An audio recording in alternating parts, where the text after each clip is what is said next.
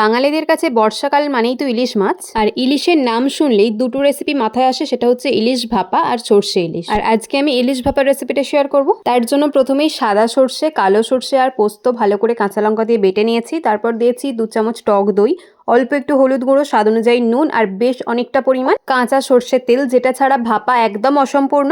আর এদিকে কিন্তু নুন হলুদ মাখিয়ে আমি ইলিশ মাছগুলো রেখে দিয়েছিলাম। এরপর ওই সর্ষে পোস্ত টক দইয়ের মিশ্রণের মধ্যে ইলিশ মাছগুলো দিয়ে ভালোভাবে উল্টে পাল্টে মাখিয়ে নেব ব্যাটারটা।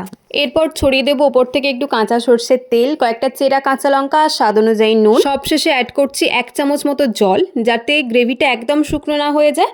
এরপর এটাকে চাপা দিয়ে 15 মিনিট লো ফ্লেমে গরম জলেতে ভাপিয়ে নেব। তাহলেই কিন্তু রেডি আমাদের ইলিশ ভাপা। যারা ভাবছো প্রথমবার ইলিশ ভাপা বানাবে, তারা কিন্তু এই প্রসেসটা একবার ফলো করে দেখতে পারো। তো দেখো, ইলিশ মাছ তো আমাদের রেডি। গরম গরম ভাতের সাথে জাস্ট অসাধারণ লাগে। একবার অবশ্যই বানিয়ে দেখো। আজকের মতো টাটা, আবার দেখা হবে অন্য কোনো রেসিপির সঙ্গে।